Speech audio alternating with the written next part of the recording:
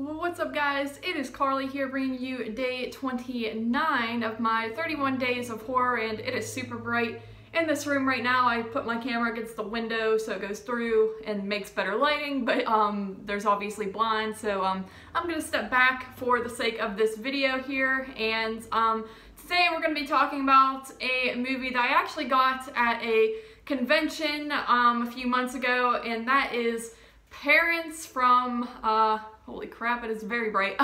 Parents from the year 1989, and this is one that I've always been curious to check out. I always just thought it seemed cool, and I've always dug just the cover and the title of the movie. It just always kind of intrigued me. I knew about like what the general idea of it was going into it. I didn't know how the whole story played out or anything like that, but I knew it was essentially, you know, spoiler alert, a cannibal type of film. But other than that, I didn't really know much about the story. But Parents is, you are basically following this family. You have a mom, dad, and a little boy, and they have just moved to this new town, and the movie takes place, it's supposed to take place in the 50s. The back says 1954. I think online it said 1958, so I'm just gonna go with the back though. So the year's supposed to be 1954, and they moved to a new town, of course, and the kid pretty much starts questioning weird things he's noticing with his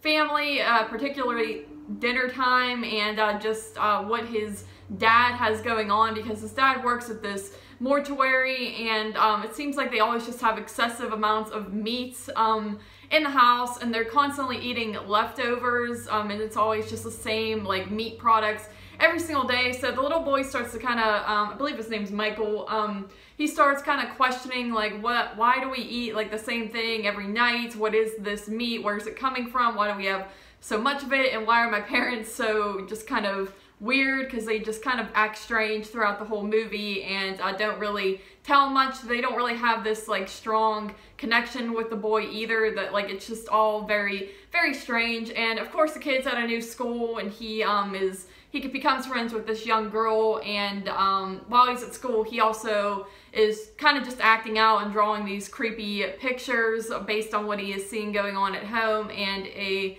psychiatrist gets involved, or guidance counselor, whatever you want to call it, at the school. So, but yeah, that's pretty much the story. You're pretty much just following this kid as he's trying to unveil what's going on with his weird parents and the mystery of the meat. So, yeah, this movie is considered a black comedy slash just horror movie, and I actually find it to be more on the horror lines than anything, which is surprising. I kind of thought it was going to be a little bit goofy and obscure, but I find it to actually be pretty creepy at times and have some disturbing just sequences throughout it that I think work really well. And there's just a really creepy score throughout the movie as well that I really enjoy. It makes all the scenes all the more tense. The dad character, played by Randy Quaid, I think he is probably the best character. He really kind of sells the movie because he's just very scary and menacing, especially when they're trying to get their son to eat, because the son just kind of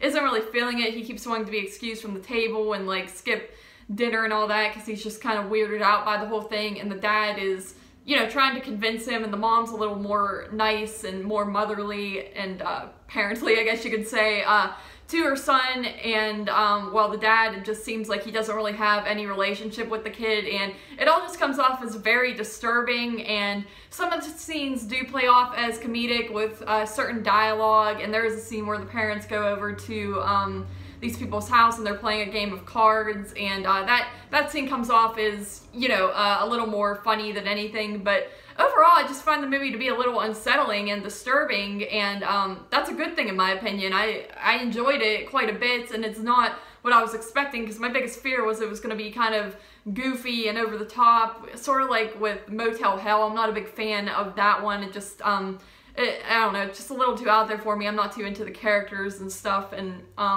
that's just kind of what I was expecting from this movie a little bit, and that's not what I got. I actually got a decent horror movie out of this. I think all the characters are acted out pretty well. They're all just, it just feels like there's something off about every single person in this movie, and that's kind of my favorite part. And you know, like I said, going back to the cannibal aspects, that's kind of one of the grossest things to me in horror movies. I find that to be just absolutely like gag inducing. I can't eat anything while I'm watching a movie like that because I just start overthinking about it. And you do have certain sequences in the movie where it shows the mom just making meat and like messing with it with her hands, and it just looks like ground meat, but still, when you really kind of think into it, it's really disgusting. And those scenes are also done pretty well in my opinion.